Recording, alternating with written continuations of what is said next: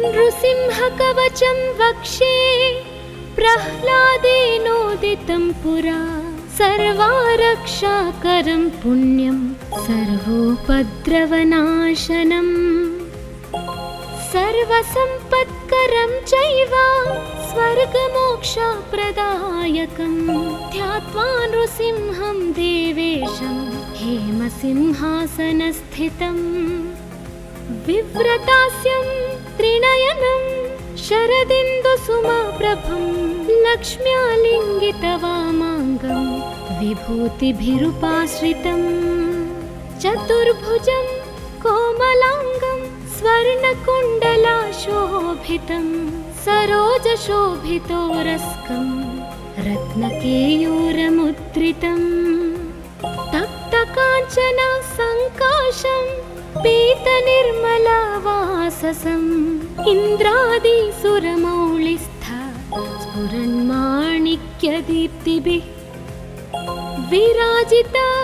पदद्वन्द्वं शङ्खचक्रादिहेतिभिः गरुत्मता सविनयं स्तूयमानं मुदान्वितं स्वहृत्कमलसंवासं कृत्वा तु कवचं पठे नृसिंहो मे शिरः पातु लोकरक्षात्मसम्भव सर्वगोपीस्तम्भवासः फालं मे रक्षतु ध्वनिं नृसिंहो मे दृशौ पातु सोमसूर्याग्निलोचनः स्मृतिं मे पातु नृहारिर्मुनिवर्यस्तु ते प्रियः नासां मे सिंहानासस्तु मुखं लक्ष्मीमुखप्रियः सर्वविद्याधिपः पातु नृसिंहो रसनां मम वक्त्रं पात्विन्दुवदनः सदा प्रह्लादवन्दितः नृसिंहः पातु मे कण्ठं स्कन्धौ भूभरणान्तकृत् दिव्यास्त्रशोभितभुजो नृसिंहः पातु मे भुजौ करो मे देववरदो नृसिंहः पातु सर्वतः हृदयं योगिसाध्यश्च निवासं पातु मे हरिः मध्यं पातु हिरण्याक्ष वक्षः कुक्षिविदारणः नाभिं मे पातु नृहरि स्वनाभि ब्रह्मसंस्तुतः ब्रह्माण्डकोटयः कट्यां यस्यासौ पातु मे कटिं गुह्यां मे पातु गुह्यानां मन्त्राणां गुह्यरूपधृक् पूरो मनोभवः पातु जानुनी नररूपधृक् जङ्घे पातु धराभार हर्ता ये सौनृकेसरी सुरराज्य प्रदः पातु पादौ मे नृहरीश्वरः सहस्रशीर्षा पुरुषः पातु मे सर्वशस्तनुम् महोग्रः पूर्वतः पातु महावीराग्रजोऽग्नितः महाविष्णुर्दक्षिणे तु महाज्वालस्तु नैऋतौ पश्चिमे पातु सर्वेषु दिशि मे सर्वतोमुखः नृसिंहः पातु वायव्यां सौम्यां भूषणविग्रहः ईशान्यां पातु भद्रो मे सर्वमङ्गलदायकः संसारभयदः पातु मृत्युर्मृत्युर्नृकेसरी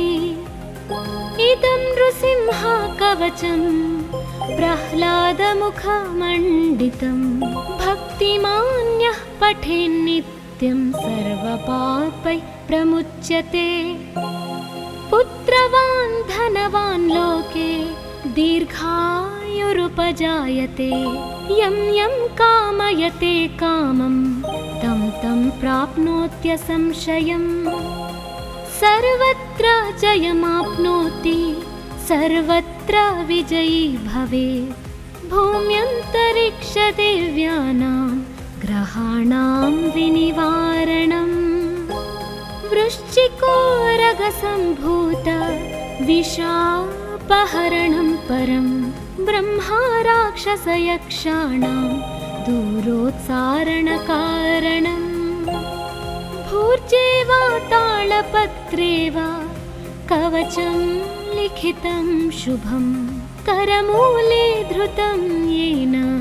सिद्धेयुः कर्मसिद्धयः देवासुरमनुष्येषु स्वमेवा जयं लभेत् एकसन्ध्यं त्रिसन्ध्यं वा यः पठेन्नियतो नरः सर्वमङ्गलमाङ्गल्यं भुक्तिं मुक्तिं च विन्दति द्वात्रिंशच्च सहस्राणि पठेच्छुद्धात्मना नृणाम् कवचस्यास्य मन्त्रस्य मन्त्रसिद्धिः प्रजायते अनेन मन्त्रराजेन कृत्वा भस्माभिमन्त्रणम् तिलकं विन्यसेद्यस्तु तस्याग्रह भयं हरे त्रिवारं जपमानस्तु दत्तं वार्यभिमन्त्र्य च प्राशयेत्यो नरो मन्त्रं नृसिंहध्यानमाचरेत् तस्य रोगाः प्रणश्यन्ति ये च स्युः कुक्षिसम्भवाः किमत्र बहुलोकैः नृसिंहसदृशो भवेत् मनसा चिन्तितं यत्तु स तच्चाप्नोत्यसंशयम्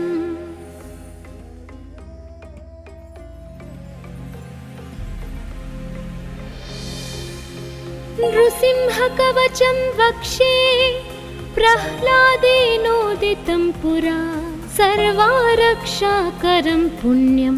सर्वोपद्रवनाशनम् सर्वसम्पत्करं चैव स्वर्गमोक्षप्रदायकं ध्यात्वा नृसिंहं देवेशं हेमसिंहासनस्थितम् विव्रतास्यं त्रिनयनं शरदिन्दुसुमप्रभं लक्ष्म्यालिङ्गितवामाङ्गं विभूतिभिरुपाश्रितं चतुर्भुजं कोमलाङ्गं स्वर्णकुण्डलाशोभितं सरोजशोभितोरस्कं रत्नकेयूरमुद्रितं तप्तकाञ्चन सङ्काशं पीतनिर्मलवाससम् इन्द्रादिसुरमौलिस्थ स्फुरन्माणिक्यदीप्तिभिः विराजित पदद्वन्द्वं शङ्खचक्रादिहेतिभिः गरुत्मता सविनयं स्तूयमानं मुदान्वितम् स्वहृत्कमलसंवासं कृत्वा तु कवचं पठे नृसिंहो मे शिरः पातु लोकरक्षात्मसम्भव सर्वगोपीस्तम्भवासः फालं मे रक्षतु ध्वनिं नृसिंहो मे दृशौ पातु सोमसूर्याग्निलोचनः स्मृतिं मे पातु नृहारिर्मुनिवर्यस्तुति प्रियः नासां मे सिंहानासस्तु मुखं लक्ष्मीमुखप्रियः सर्वविद्याधिपः पातु नृसिंहो रसनां मम वक्त्रं पात्विन्दुवदनः सदा प्रह्लादवन्दितः नृसिंहः पातु मे कण्ठं स्कन्धौ भूभरणान्तकृत् दिव्यास्त्रशोभितभुजो नृसिंहः पातु मे भुजौ करौ मे देववरदो नृसिंहः पातु सर्वतः हृदयं योगिसाध्यश्च निवासं पातु मे हरिः मध्यं पातु हिरण्याक्ष वक्षः कुक्षिविदारणः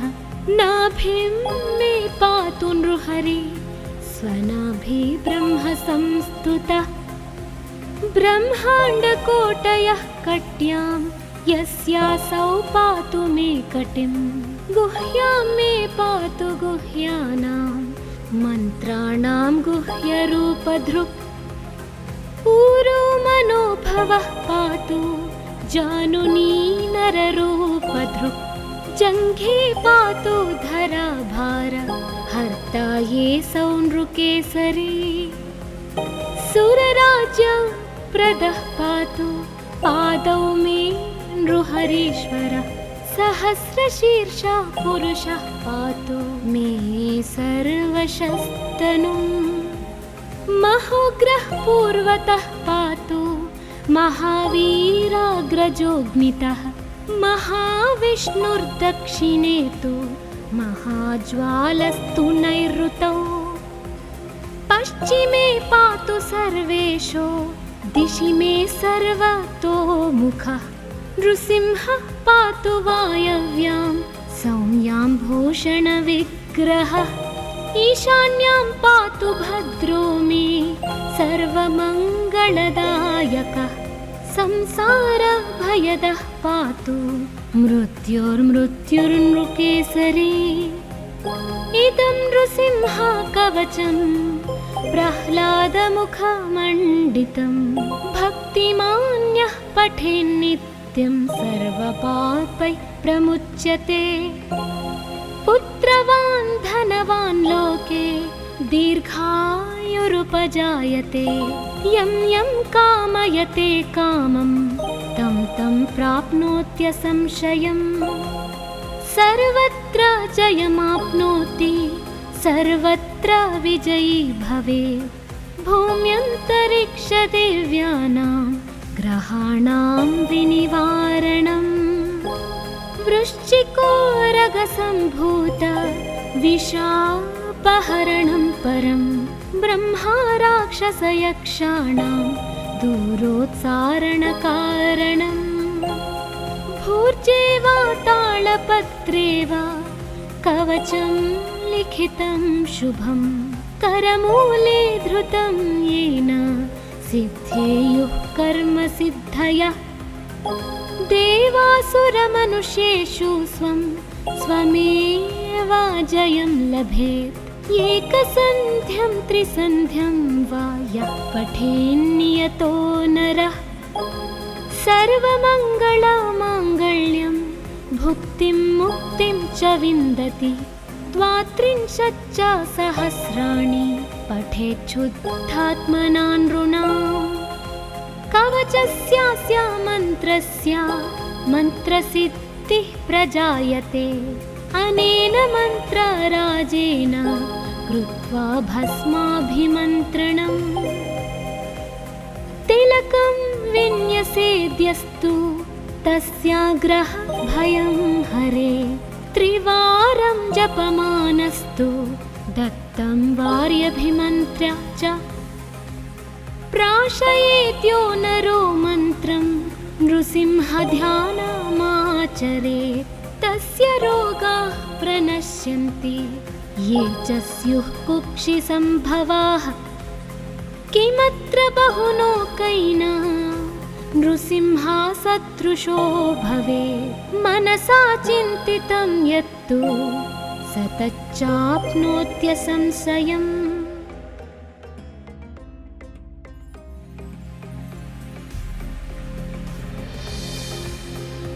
नृसिंहकवचं वक्षे प्रह्लादेनोदितं पुरा सर्वारक्षाकरं पुण्यं सर्वोपद्रवनाशनम् सर्वसम्पत्करं चैव स्वर्गमोक्षप्रदायकं ध्यात्वा नृसिंहं देवेशं हेमसिंहासनस्थितम् विव्रतास्यं त्रिनयनं शरदिन्दुसुमप्रभं लक्ष्म्यालिङ्गितवामाङ्गं विभूतिभिरुपाश्रितं चतुर्भुजं कोमलाङ्गं स्वर्णकुण्डलाशोभितं सरोजशोभितोरस्कं रत्नकेयूरमुद्रितं तप्तकाञ्चन सङ्काशं पीतनिर्मलवाससम् इन्द्रादिसुरमौलिस्थ स्फुरन्माणिक्यदीप्तिभिः विराजिता पदद्वन्द्वं शङ्खचक्रादिहेतिभिः गरुत्मता सविनयम्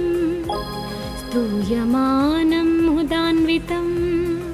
स्वहृत्कमलसंवासं कृत्वा तु कवचं पठे नृसिंहो मे शिरः पातु लोकरक्षात्मसम्भव सर्वगोपीस्तम्भवासः फालं मे रक्षतु ध्वनिं नृसिंहो मे दृशौ पातु सोमसूर्याग्निलोचनः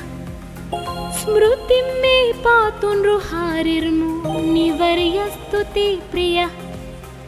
नासां मे सिंहानासस्तु मुखं लक्ष्मीमुखप्रियः सर्वविद्याधिपः पातु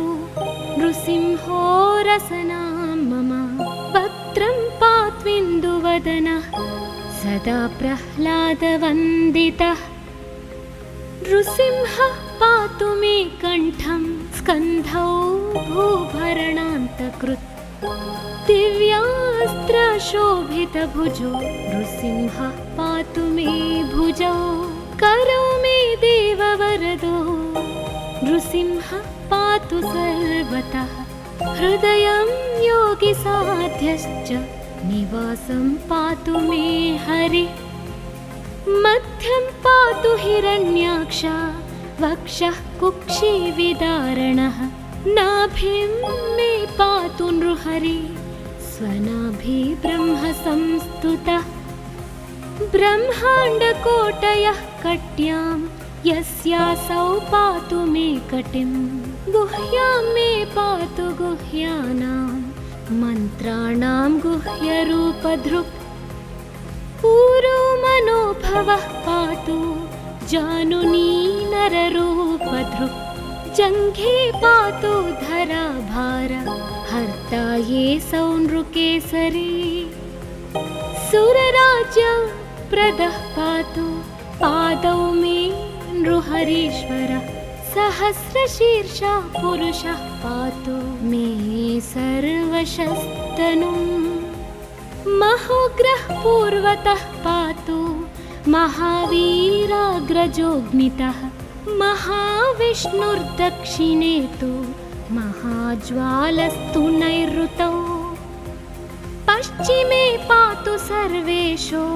दिशि मे सर्वतोमुखः नृसिंहः पातु वायव्यां सौम्यां भूषणविग्रहः ईशान्यां पातु भद्रो मे सर्वमङ्गलदायकः संसारभयदः पातु मृत्युर्मृत्युर्नृकेसरी इदं नृसिंहा कवचं प्रह्लादमुखमण्डितं भक्तिमान्यः पठेन्नित्यं सर्वपापैः प्रमुच्यते पुत्रवान् धनवान् लोके दीर्घायुरुपजायते यं यं कामयते कामं तं तं प्राप्नोत्यसंशयम् सर्वत्र जयमाप्नोति सर्वत्र विजयी भवेत् भूम्यन्तरिक्षदिव्यानां ग्रहाणां विनिवारणम् वृश्चिकोरगसम्भूत विशापहरणं परं ब्रह्मा राक्षसयक्षाणां दूरोत्सारणकारणम् भूर्जे वा तालपत्रे वा कवचं लिखितं शुभं करमूले धृतं येन सिद्धेयुः कर्मसिद्धयः देवासुरमनुष्येषु स्वं स्वमेव जयं लभेत् एकसन्ध्यं त्रिसन्ध्यं वा यः पठेन्नियतो नरः सर्वमङ्गलमाङ्गल्यं भुक्तिं मुक्तिं च विन्दति द्वात्रिंशच्च सहस्राणि पठेच्छुद्धात्मना नृणाम् कवचस्यास्य मन्त्रस्य मन्त्रसिद्धिः प्रजायते अनेन मन्त्रराजेन कृत्वा भस्माभिमन्त्रणम् तिलकं विन्यसेद्यस्तु तस्याग्रह भयं हरे त्रिवारं जपमानस्तु दत्तं वार्यभिमन्त्र्य च प्राशयेत्यो नरो मन्त्रं नृसिंहध्यानमाचरेत् तस्य रोगाः प्रणश्यन्ति ये च स्युः कुक्षिसम्भवाः किमत्र बहुलोकैः नृसिंहसदृशो भवेत् मनसा चिन्तितं यत्तु स तच्चाप्नोत्यसंशयम्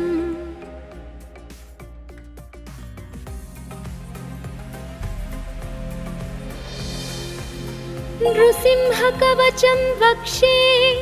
प्रह्लादेनोदितं पुरा सर्वारक्षाकरं पुण्यं सर्वोपद्रवनाशनम् सर्वसम्पत्करं चैव स्वर्गमोक्षप्रदायकं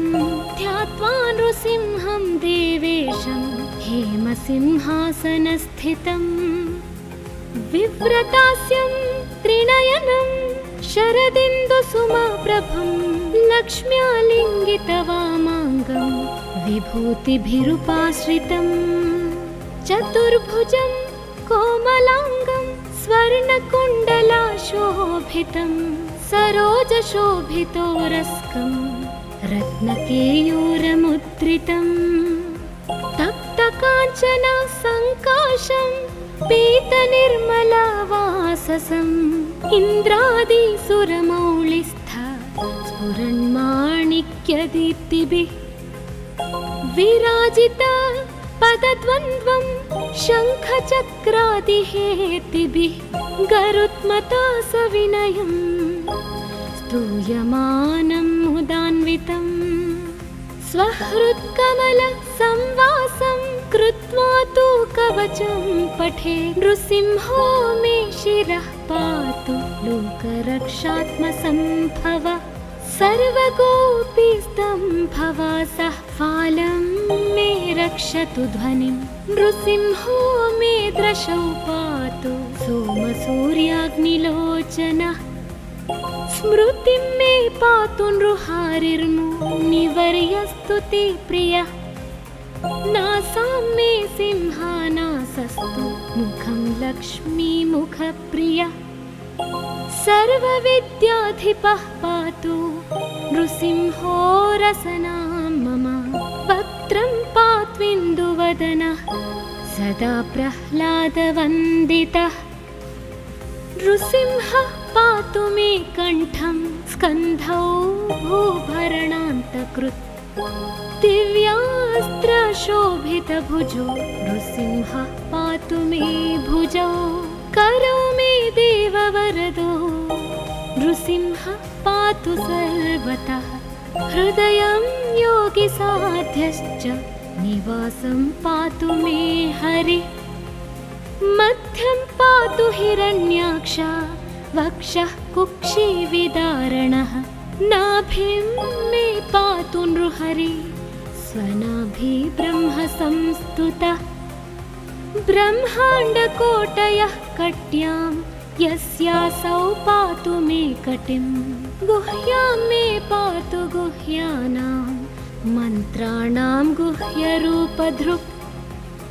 ऊरो मनोभवः पातु जानुनी नररूपधृक्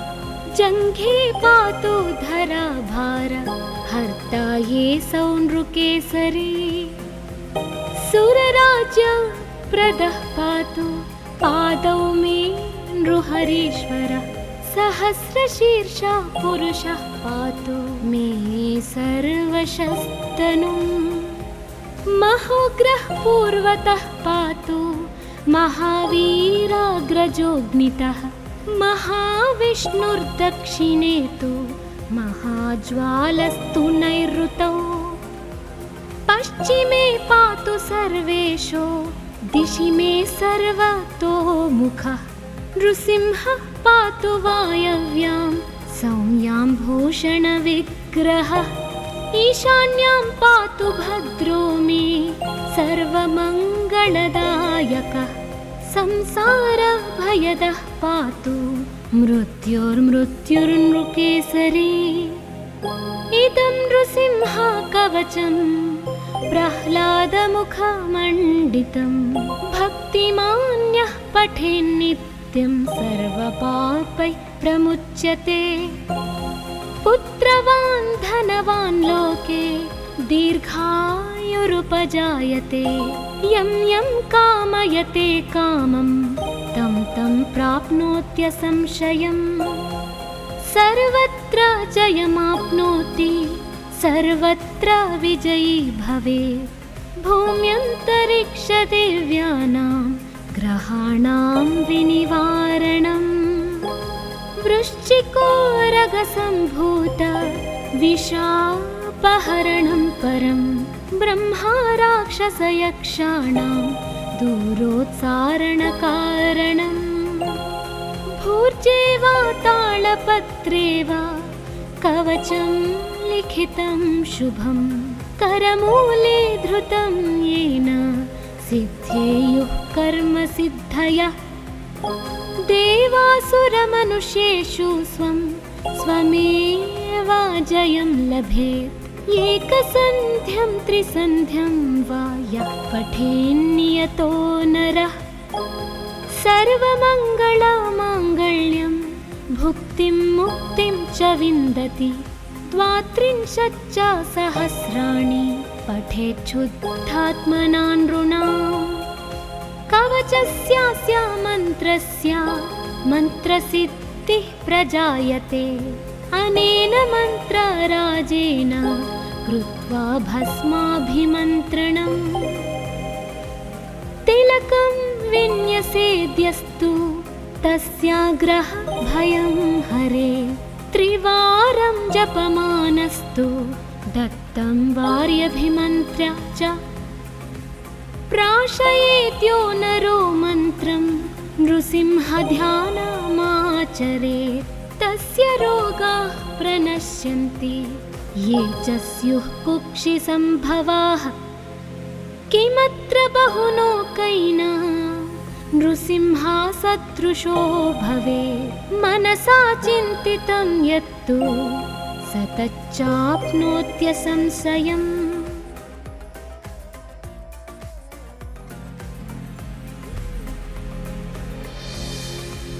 नृसिंहकवचं वक्षे प्रह्लादेनोदितं पुरा सर्वारक्षाकरं पुण्यं सर्वोपद्रवनाशनम् सर्वसम्पत्करं चैव स्वर्गमोक्षप्रदायकं ध्यात्वा नृसिंहं देवेशं हेमसिंहासनस्थितम्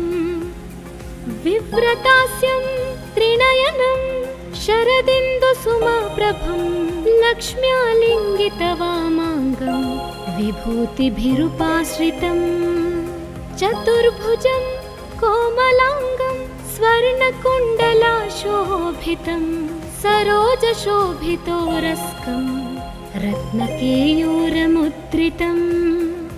तप्तकाञ्चना सङ्काशं पीतनिर्मलवाससम् इन्द्रादिसुरमौलिस्थ स्फुरन्माणिक्यदीप्तिभिः विराजित पदद्वन्द्वं शङ्खचक्रादिहेतिभिः गरुत्मता सविनयं स्तूयमानं मुदान्वितं स्वहृत्कमलसंवासं कृत्वा तु कवचं पठे नृसिंहो मे शिरः पातु लोकरक्षात्मसम्भव सर्वगोपीस्तम्भवासः फालं मे रक्षतु ध्वनिं नृसिंहो मे दृशौ पातु सोमसूर्याग्निलोचनः स्मृतिं मे पातु नृहारिर्मुनिवर्यस्तु ते प्रियः नासां मे सिंहानासस्तु मुखं लक्ष्मीमुखप्रियः सर्वविद्याधिपः पातु नृसिंहो रसनां मम। वक्त्रं पात्विन्दुवदनः सदा प्रह्लादवन्दितः। नृसिंहः पातु मे कण्ठं स्कन्धौ भूभरणान्तकृत्। दिव्यास्त्रशोभितभुजो नृसिंहः पातु मे भुजौ। करौ मे देववरदो नृसिंहः पातु सर्वतः। हृदयं योगिसाध्यश्च निवासं पातु मे हरिः। मध्यं पातु हिरण्याक्ष वक्षः कुक्षिविदारणः। नाभिं मे पातु नृहरिः स्वनाभि ब्रह्म संस्तुतः। ब्रह्माण्डकोटयः कट्यां यस्यासौ पातु मे कटिं। गुह्यां मे पातु गुह्यानां मन्त्राणां गुह्यरूपधृक्। ऊरो मनोभवः पातु जानुनी नररूपधृक्। जङ्घे पातु धराभार हर्ता ये सौ नृकेसरी। सुरराज्यप्रदः पातु पादौ मे नृहरीश्वरः। सहस्रशीर्षः पुरुषः पातु मे सर्वशस्तनुम्। महोग्रः पूर्वतः पातु महावीराग्रजोऽग्नितः। महाविष्णुर्दक्षिणे तु महाज्वालस्तु नैऋतौ। पश्चिमे पातु सर्वेशो दिशि मे सर्वतोमुखः। नृसिंहः पातु वायव्यां सौम्यां भूषणविग्रहः। ईशान्यां पातु भद्रो मे सर्वमङ्गलदायकः। संसारभयदः पातु मृत्युर्मृत्युर्नृकेसरी। इदं नृसिंहकवचं प्रह्लादमुखमण्डितं। भक्तिमान्यः पठेन्नित्यं सर्वपापैः प्रमुच्यते। पुत्रवान् धनवान् लोके दीर्घायुरुपजायते। यं यं कामयते कामं तं तं प्राप्नोत्यसंशयम्। सर्वत्र जयमाप्नोति सर्वत्र विजयी भवेत्। भूम्यन्तरिक्षदिव्यानां ग्रहाणां विनिवारणम्। वृश्चिकोरगसम्भूत विषापहरणं परं। ब्रह्मा राक्षसयक्षाणां दूरोत्सारणकारणम्। भूर्जे वा तालपत्रे वा कवचं लिखितं शुभं। करमूले धृतं येन सिद्धेयुः कर्मसिद्धयः। देवासुरमनुष्येषु स्वं स्वमेव जयं लभेत्। एकसन्ध्यं त्रिसन्ध्यं वा यः पठेन्नियतो नरः। सर्वमङ्गलमाङ्गल्यं भुक्तिं मुक्तिं च विन्दति। द्वात्रिंशच्च सहस्राणि पठेच्छुद्धात्मना नृणाम्। कवचस्यास्य मन्त्रस्य मन्त्रसिद्धिः प्रजायते। अनेन मन्त्रराजेन कृत्वा भस्माभिमन्त्रणम्। तिलकं विन्यसेद्यस्तु तस्याग्रहभयं हरे। त्रिवारं जपमानस्तु दत्तं वार्यभिमन्त्र्य च। प्राशयेत्यो नरो मन्त्रं नृसिंहध्यानमाचरेत्। तस्य रोगाः प्रणश्यन्ति ये च स्युः कुक्षिसम्भवाः। किमत्र बहुलोकैना नृसिंहा सदृशो भवेत्। मनसा चिन्तितं यत्तु स तच्चाप्नोत्यसंशयम्।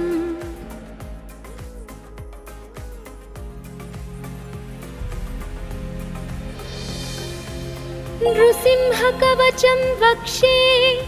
प्रह्लादेनोदितं पुरा सर्वारक्षाकरं पुण्यं सर्वोपद्रवनाशनम् सर्वसम्पत्करं चैव स्वर्गमोक्षप्रदायकं ध्यात्वा नृसिंहं देवेशं हेमसिंहासनस्थितम् विव्रतास्यं त्रिनयनं शरदिन्दुसुमप्रभं लक्ष्म्यालिङ्गितवामाङ्गं विभूतिभिरुपाश्रितं चतुर्भुजं कोमलाङ्गं स्वर्णकुण्डलाशोभितं सरोजशोभितोरस्कं रत्नकेयूरमुद्रितं तप्तकाञ्चनसङ्काशं पीतनिर्मलवाससम् इन्द्रादिसुरमौलिस्थ स्फुरन्माणिक्यदीप्तिभिः विराजित पदद्वन्द्वं शङ्खचक्रादिहेतिभिः गरुत्मता सविनयं स्तूयमानं मुदान्वितं स्वहृत्कमलसंवासं कृत्वा तु कवचं पठे नृसिंहो मे शिरः पातु लोकरक्षात्मसम्भव सर्वगोपीस्तम्भवासः फालं मे रक्षतु ध्वनिं नृसिंहो मे दृशौ पातु सोमसूर्याग्निलोचनः स्मृतिं मे पातु नृहारिर्मुनिवर्यस्तु ते प्रियः नासां मे सिंहानासस्तु मुखं लक्ष्मीमुखप्रियः सर्वविद्याधिपः पातु नृसिंहो रसनां मम वक्त्रं पात्विन्दुवदनः सदा प्रह्लादवन्दितः नृसिंहः पातु मे कण्ठं स्कन्धौ भूभरणान्तकृत् दिव्यास्त्रशोभितभुजो नृसिंहः पातु मे भुजौ करौ मे देववरदो नृसिंहः पातु सर्वतः हृदयं योगिसाध्यश्च निवासं पातु मे हरिः मध्यं पातु हिरण्याक्ष वक्षः कुक्षिविदारणः नाभिं मे पातु नृहरि स्वनाभि ब्रह्म संस्तुतः ब्रह्माण्डकोटयः कट्यां यस्यासौ पातु मे कटिं गुह्यां मे पातु गुह्यानां मन्त्राणां गुह्यरूपधृक् ऊरो मनोभवः पातु जानुनी नररूपधृक् जङ्घे पातु धराभार हर्ता ये सौनृकेसरी सुरराज्यप्रदः पातु पादौ मे नृहरीश्वरः सहस्रशीर्षः पुरुषः पातु मे सर्वशस्तनुम् महोग्रः पूर्वतः पातु महावीराग्रजोऽग्नितः महाविष्णुर्दक्षिणे तु महाज्वालस्तु नैऋतौ पश्चिमे पातु सर्वेषु दिशि मे सर्वतोमुखः नृसिंहः पातु वायव्यां सौम्यां भूषणविग्रहः ईशान्यां पातु भद्रो मे सर्वमङ्गलदायकः संसारभयदः पातु मृत्युर्मृत्युर्नृकेसरी इदं नृसिंहकवचं प्रह्लादमुखमण्डितं भक्तिमान्यः पठेन्नित्यं सर्वपापैः प्रमुच्यते पुत्रवान् धनवान् लोके दीर्घायुरुपजायते यं यं कामयते कामं तं तं प्राप्नोत्यसंशयम् सर्वत्र जयमाप्नोति सर्वत्र विजयी भवेत् भूम्यन्तरिक्षदेव्यानां ग्रहाणां विनिवारणम् कोरगसम्भूत विषापहरणं परं ब्रह्मा राक्षसयक्षाणां दूरोत्सारणकारणम् भूर्जे वा तालपत्रे वा कवचं लिखितं शुभं करमूले धृतं येन सिद्धेयुः कर्मसिद्धयः देवासुरमनुष्येषु स्वं स्वमेवाजयं लभेत् एकसन्ध्यं त्रिसन्ध्यं वा यः पठेन्नियतो नरः सर्वमङ्गलमाङ्गल्यं भुक्तिं मुक्तिं च विन्दति द्वात्रिंशच्च सहस्राणि पठेच्छुद्धात्मना नृणाम् कवचस्यास्य मन्त्रस्य मन्त्रसिद्धिः प्रजायते अनेन मन्त्रराजेन कृत्वा भस्माभिमन्त्रणम् तिलकं विन्यसेद्यस्तु तस्याग्रहभयं हरे त्रिवारं जपमानस्तु दत्तं वार्यभिमन्त्र्य च प्राशयेत्यो नरो मन्त्रं नृसिंहध्यानमाचरेत् तस्य रोगाः प्रणश्यन्ति ये च स्युः कुक्षिसम्भवाः किमत्र बहुलोकैः नृसिंहसदृशो भवेत् मनसा चिन्तितं यत्तु स तच्चाप्नोत्यसंशयम्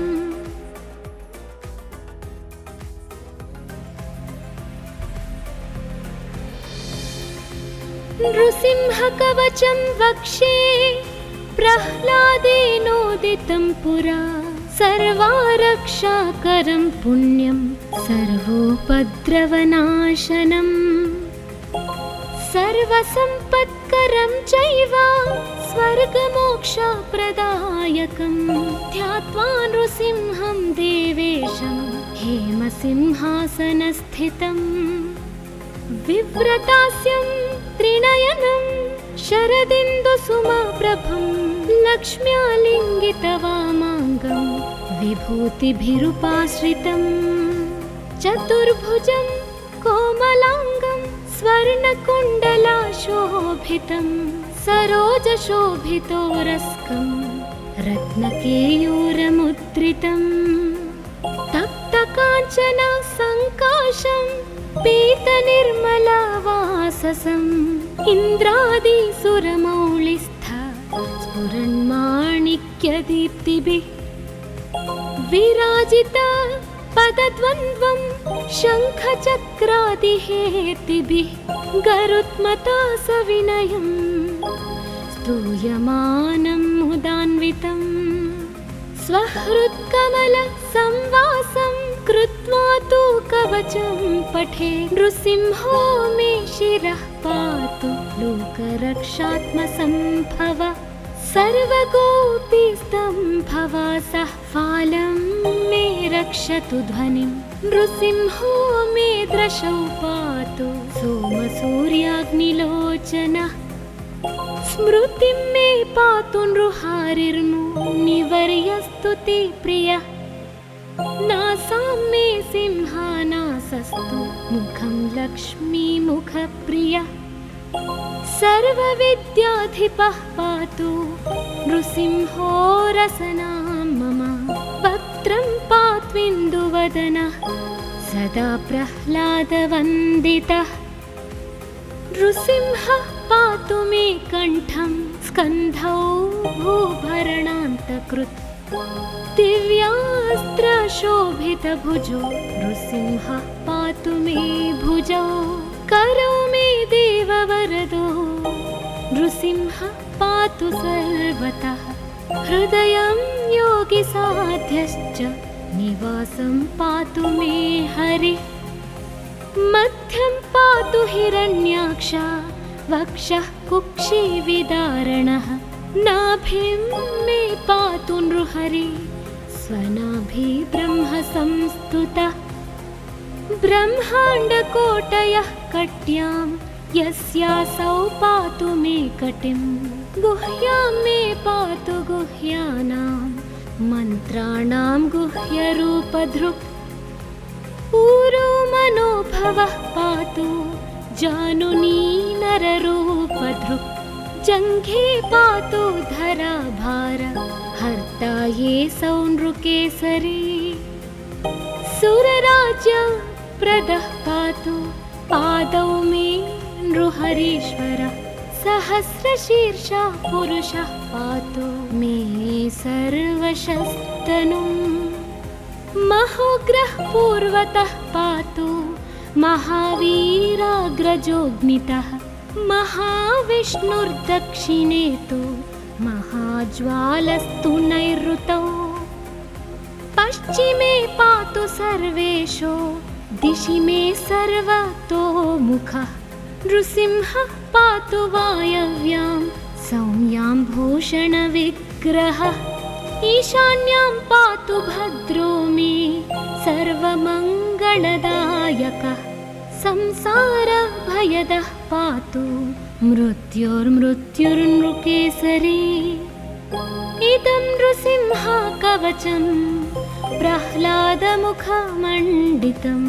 भक्तिमान्यः पठेन्नित्यं सर्वपापैः प्रमुच्यते पुत्रवान् धनवान् लोके दीर्घायुरुपजायते यं यं कामयते कामं तं तं प्राप्नोत्यसंशयम् सर्वत्र जयमाप्नोति सर्वत्र विजयी भवेत् भूम्यन्तरिक्षदेव्यानां ग्रहाणां विनिवारणम् वृश्चिकोरगसम्भूत विषापहरणं परं ब्रह्मा राक्षसयक्षाणां दूरोत्सारणकारणम् भूर्जे वा तालपत्रे वा कवचं लिखितं शुभं करमूले धृतं येन सिद्धेयुः कर्मसिद्धयः देवासुरमनुष्येषु स्वं स्वमेव जयं लभेत् एकसन्ध्यं त्रिसन्ध्यं वा यः पठेन्नियतो नरः सर्वमङ्गलमाङ्गल्यं भुक्तिं मुक्तिं च विन्दति 32 सहस्राणि पठेच्छुद्धात्मना नृणाम् कवचस्यास्य मन्त्रस्य मन्त्रसिद्धिः प्रजायते अनेन मन्त्रराजेन कृत्वा भस्माभिमन्त्रणम् तिलकं विन्यसेद्यस्तु तस्याग्रह भयं हरे त्रिवारं जपमानस्तु दत्तं वार्यभिमन्त्र्य च प्राशयेद्यो नरो मन्त्रं नृसिंहध्यानमाचरेत् तस्य रोगाः प्रणश्यन्ति ये च स्युः कुक्षिसम्भवाः किमत्र बहुलोकैना नृसिंहसदृशो भवेत् मनसा चिन्तितं यत्तु स तच्चाप्नोत्यसंशयम्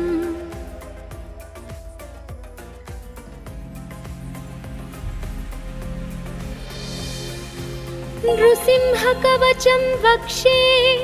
प्रह्लादेनोदितं पुरा सर्वारक्षाकरं पुण्यं सर्वोपद्रवनाशनम् सर्वसम्पत्करं चैव स्वर्गमोक्षप्रदायकं ध्यात्वा नृसिंहं देवेशं हेमसिंहासनस्थितम् विव्रतास्यं त्रिनयनं शरदिन्दुसुमप्रभं लक्ष्म्यालिङ्गितवामाङ्गं विभूतिभिरुपाश्रितं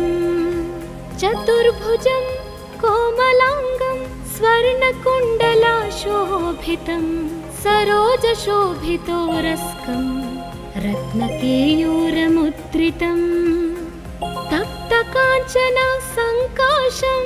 पीतनिर्मलवाससम् इन्द्रादिसुरमौलिस्थ स्फुरन्माणिक्यदीप्तिभिः विराजित पदद्वन्द्वं शङ्खचक्रादिहेतिभिः गरुत्मता सविनयम् स्तूयमानं मुदान्वितं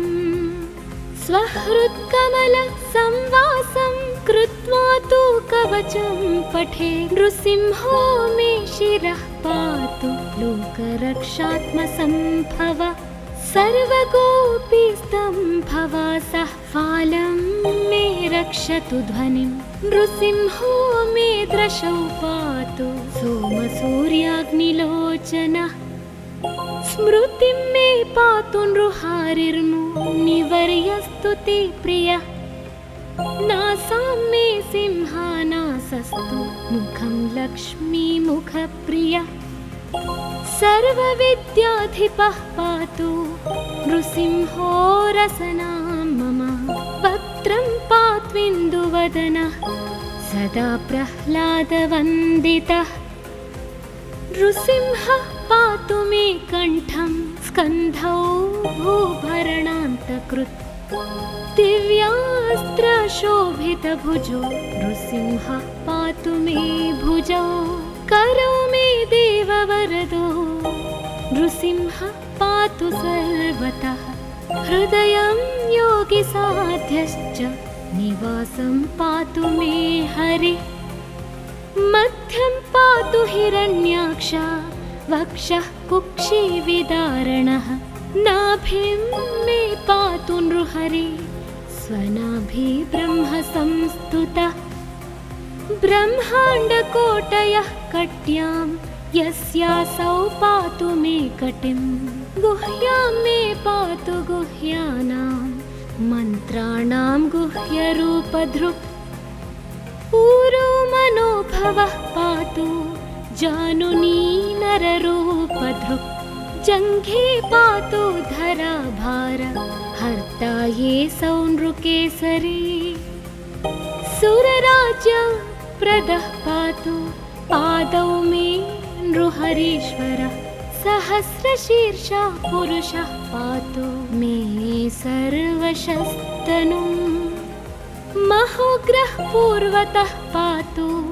महावीराग्रजोऽग्नितः महाविष्णुर्दक्षिणे तु महाज्वालस्तु नैऋतौ पश्चिमे पातु सर्वेषु दिशि मे सर्वतोमुखः नृसिंहः पातु वायव्यां सौम्यां भूषणविग्रहः ईशान्यां पातु भद्रो मे सर्वमङ्गलदायकः संसारभयदः पातु मृत्युर्मृत्युर्नृकेसरी इदं नृसिंह कवचं प्रह्लादमुखमण्डितं भक्तिमान्यः पठेन्नित्यं सर्वपापैः प्रमुच्यते पुत्रवान् धनवान् लोके दीर्घायुरुपजायते यं यं कामयते कामं तं तं प्राप्नोत्यसंशयम् सर्वत्र जयमाप्नोति सर्वत्र विजयी भवेत् भूम्यन्तरिक्षदेव्यानां ग्रहाणां विनिवारणम् वृश्चिकोरगसम्भूत विशापहरणं परं ब्रह्मा राक्षसयक्षाणां दूरोत्सारणकारणम् भूर्जे वा तालपत्रे वा कवचं लिखितं शुभं करमूले धृतं येन सिद्धेयुः कर्मसिद्धयः देवासुरमनुष्येषु स्वं स्वमेव जयं लभेत् एकसन्ध्यं त्रिसन्ध्यं वा यः पठेन्नियतो नरः सर्वमङ्गलमाङ्गल्यं भुक्तिं मुक्तिं च विन्दति द्वात्रिंशच्च सहस्राणि पठेच्छुद्धात्मना नृणाम् कवचस्यास्य मन्त्रस्य मन्त्रसिद्धिः प्रजायते अनेन मन्त्रराजेन कृत्वा भस्माभिमन्त्रणम् तिलकं विन्यसेद्यस्तु तस्याग्रह भयं हरे त्रिवारं जपमानस्तु दत्तं वार्यभिमन्त्र्य च प्राशयेत्यो नरो मन्त्रं नृसिंहध्यानमाचरेत् तस्य रोगाः प्रणश्यन्ति ये च स्युः कुक्षिसम्भवाः किमत्र बहुलोकैः नृसिंहसदृशो भवेत् मनसा चिन्तितं यत्तु स तच्चाप्नोत्यसंशयम्।